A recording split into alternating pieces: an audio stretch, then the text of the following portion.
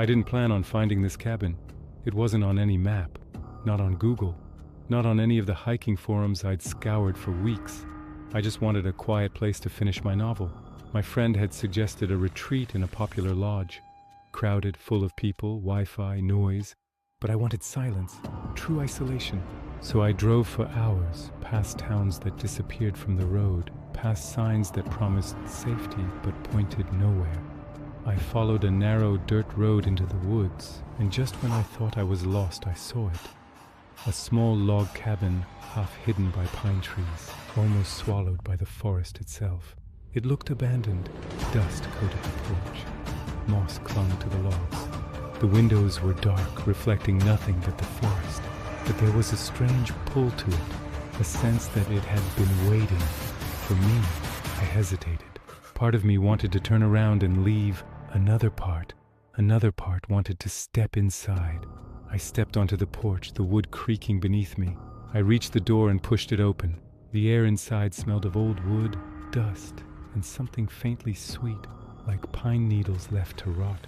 Inside the cabin was small but cozy. A fireplace sat cold in the corner, a desk by the window, and a single chair facing it. It felt ready.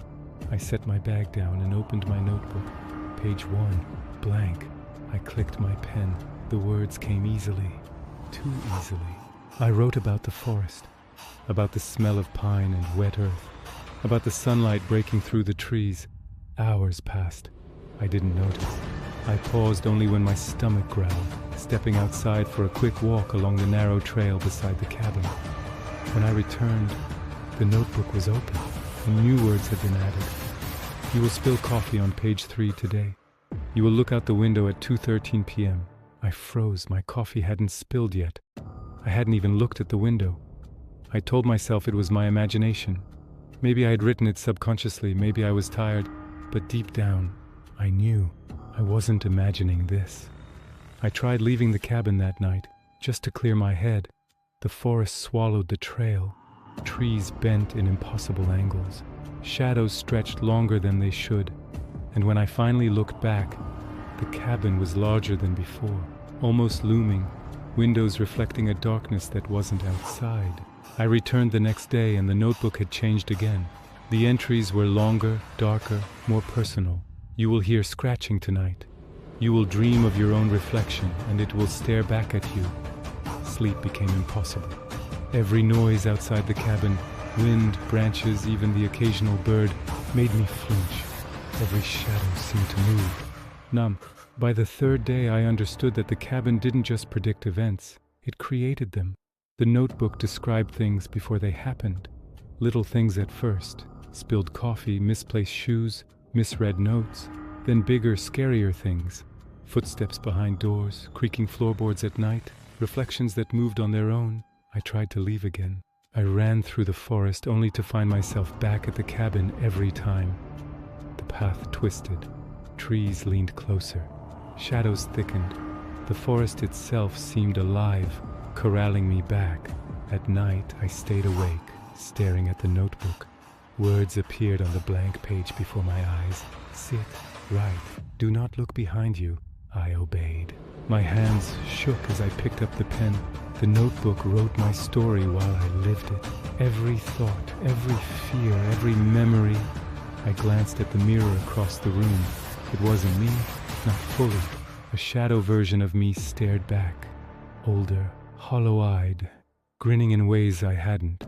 I realized then the truth. I didn't come to the cabin. The cabin came for me. It had chosen me, and now I belong to it. Days, weeks, months. I don't know how long have passed. I write and write because the cabin demands it. The forest waits outside, alive and patient. The notebook is never full. And tonight, the words appeared again. You will never leave. You will write. You will be written. I tried to scream. The forest swallowed it. I tried to run. The trees twisted, reshaping the path behind me. I looked at the mirror. My reflection smiled and wrote in my notebook.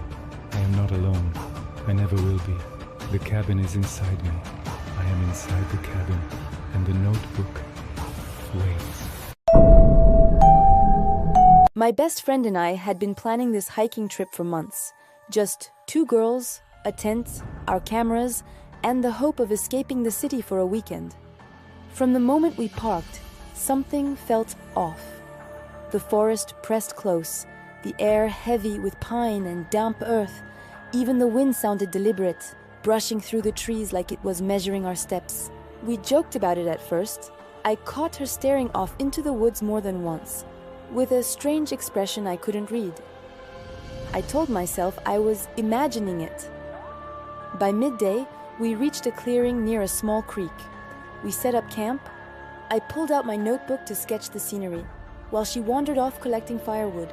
When she returned, she was smiling, but she held something in her hands. "Look what I found," she said. It was a small leather-bound journal, dusty, worn, with pages that looked surprisingly clean. I flipped to the first page. My name was written neatly at the top. I froze. "This is my name." "I didn't touch it," she said, shaking her head. "Found it right here by the creek." I turned the page. The journal was filled with stories about me. Little things no one could possibly know. The way I twist my hair when I am nervous, my favorite song, the scar on my left hand. I laughed nervously. "It's a prank. Someone left it here for us." But then I noticed the dates. The entries went back years, before we even met. Every page described events in my life, some that hadn't happened yet, minor details, ordinary thoughts, and worst of all, fears I'd never shared with anyone. That night, we slept near the fire.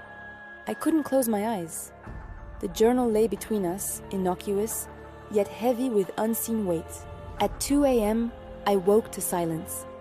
No sound of her breathing, no rustle of the sleeping bag. I stepped outside. The clearing looked wrong. The creek farther than it had been. The trail twisted unnaturally, like the forest itself had shifted. The journal lay open on the ground. The newest entries were frantic, shaky, handwriting that was unmistakably hers, though she hadn't been writing them. She's alone now. She won't leave. She's reading this, and it's too late. I grabbed the journal and tried to run back to the tent. But the forest refused. Trees pressed closer, shadows stretched and twisted. Every step felt longer than the last, as if the trail had grown behind me while I wasn't looking. The next morning, I woke on the forest floor. My tent was gone, my backpack was gone, and most terrifying of all, she was gone. I wandered aimlessly, trying to find the trail, the road, anything familiar. And then I saw it. The journal, propped against a tree, open to a new page. The handwriting had changed again. It was mine. I'm alone now. The forest knows my name. The forest knows everything. I ran. Or at least, I thought I did. The deeper I went, the more the forest seemed to close in. Trees shifted. Shadows lengthened. The journal stayed in sight, always in front of me, always open to a new page, predicting my every move. By the third day, I could barely tell reality from the pages. Every time I stopped to rest, new entries appeared, always describing what I was doing at that exact moment. And then I realized the truth. The journal didn't belong to her. It didn't belong to me. It belonged to the forest. I ran blindly through the trees, clutching the journal. Branches tore at my clothes, roots tried to trip me, and in the distance, I could hear her voice, calling my name. I don't know if I escaped. I don't know how long I've been running. The journal is always in my hands. Every night new pages appear, always predicting, always watching. And sometimes, when I stop to breathe, I swear I see her standing just beyond the trees, watching, waiting. The last line on the newest page chills me every time I read it. You can run, but the forest remembers, and so does it. I've always liked camping alone. No conversations to keep up. No noise except what the forest decides to make. Just a tent, a fire, and enough distance from everything that pretends to matter during the day. That trip wasn't supposed to be special. It was mid-fall, off-season. Fewer people. The kind of campground where the trees grow too close together and the silence feels intentional. When I checked in, the ranger barely looked up. He slid a paper map across the counter and pointed at a circled area. Campsite 14, he said. Sunset's early. Don't wander too far. The map was old, folded soft from use. Trails marked in thin dotted lines, little symbols for water and restrooms. That's when I saw it. A trail branching off the main loop. Thin, faint, unlabeled. It led away from the campground and disappeared into the densest part of the forest. I tapped the paper. What's this one? The ranger stopped writing. He leaned forward, squinted at the map, then slowly pulled it back, toward himself like I'd pointed at something private. That trail isn't open, he said, but it's on the map. You won't find it anyway. That should have been my warning. By the time I finished setting up camp, the sun was sinking behind the trees. Shadows stretched long and crooked across the ground. The forest felt thicker at dusk, like it was closing in on itself. I lit a small fire, cooked dinner, tried to ignore the feeling that something was watching me. Not aggressively. Just aware. When the sky went fully dark, I unfolded the map again. The trail was still there. I shined my flashlight toward where it should be. Nothing. Just trees. Brush. Tangled roots.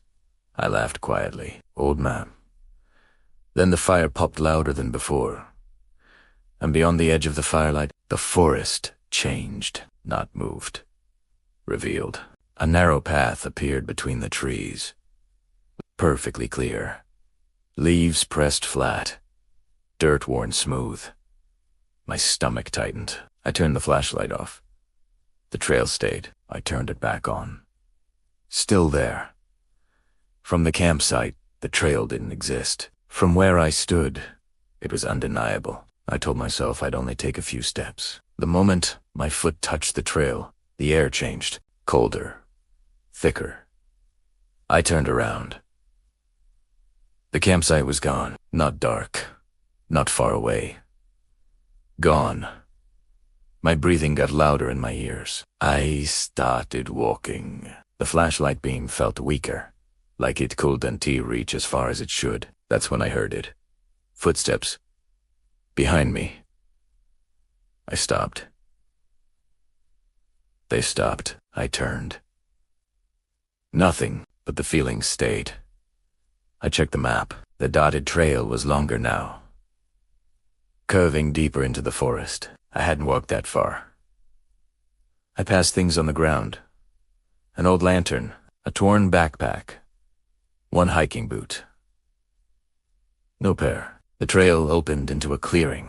In the center stood a wooden signpost. Old. Splintered carpe dintoit you found IT. I turned around. The trail behind me was gone. Just trees. Paquette digged. Then the footsteps came back. More than one. Breathing.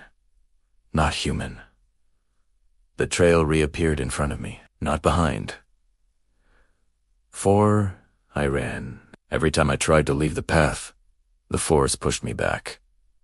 I looked at the map again. Tallies covered it now. Hundreds. Scratched deep. I burst out of the trees and collapsed into my campsite. The fire was still burning.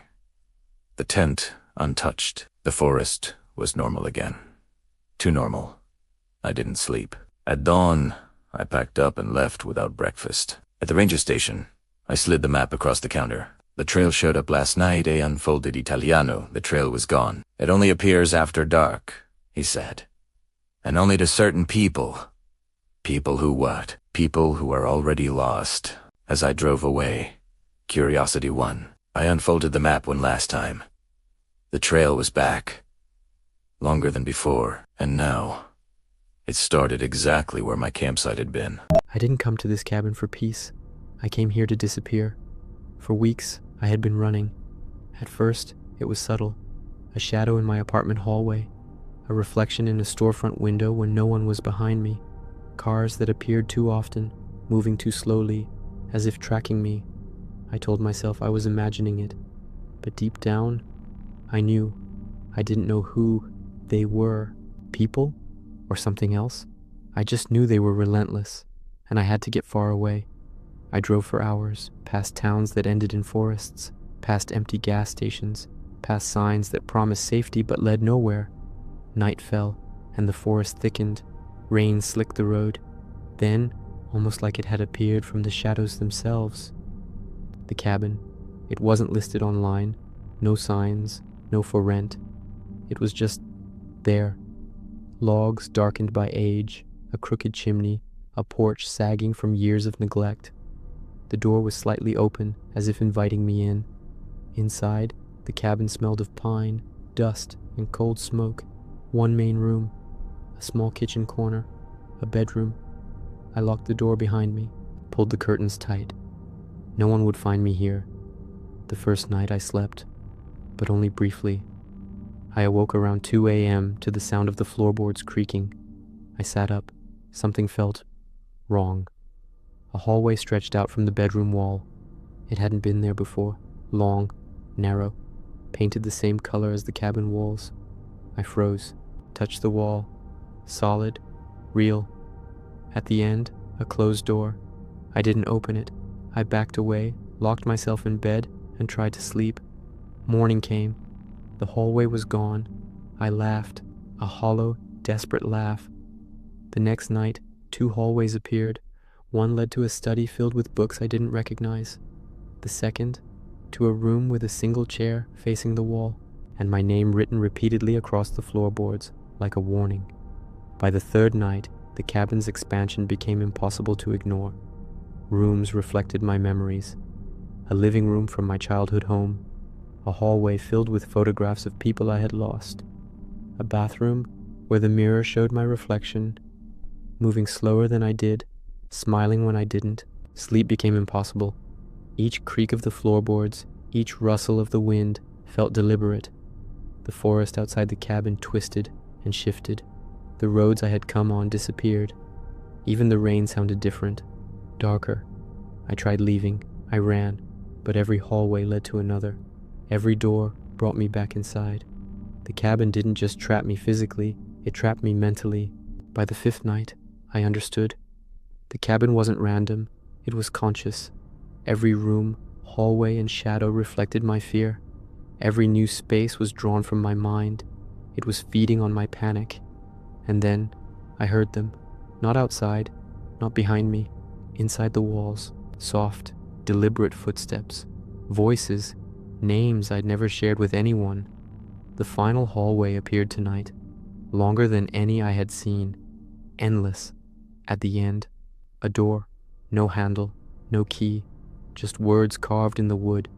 You're safe now. Forever. I wanted to scream. I wanted to run. But I already knew. I didn't come here. The cabin came for me. It had been waiting. For weeks, months. For every fear I had tried to bury. For every shadow I thought I escaped. And I realized then the truth. The cabin didn't just trap me. It became me. Every hallway, every room, every new door. A mirror of my life, twisted. The forest outside. A living thing guiding me back inside. And the voices, the footsteps, they weren't strangers. They were me. The part of me that ran. The part of me I tried to leave behind. I sit now in the chair at the end of the longest hallway, staring at the final door. It pulses faintly, alive, waiting. I know I can't leave. I know I never will. And tonight, a new line appears on the floorboards. You are home, forever. I am not outside. I am not safe. I am the cabin, and the cabin is me.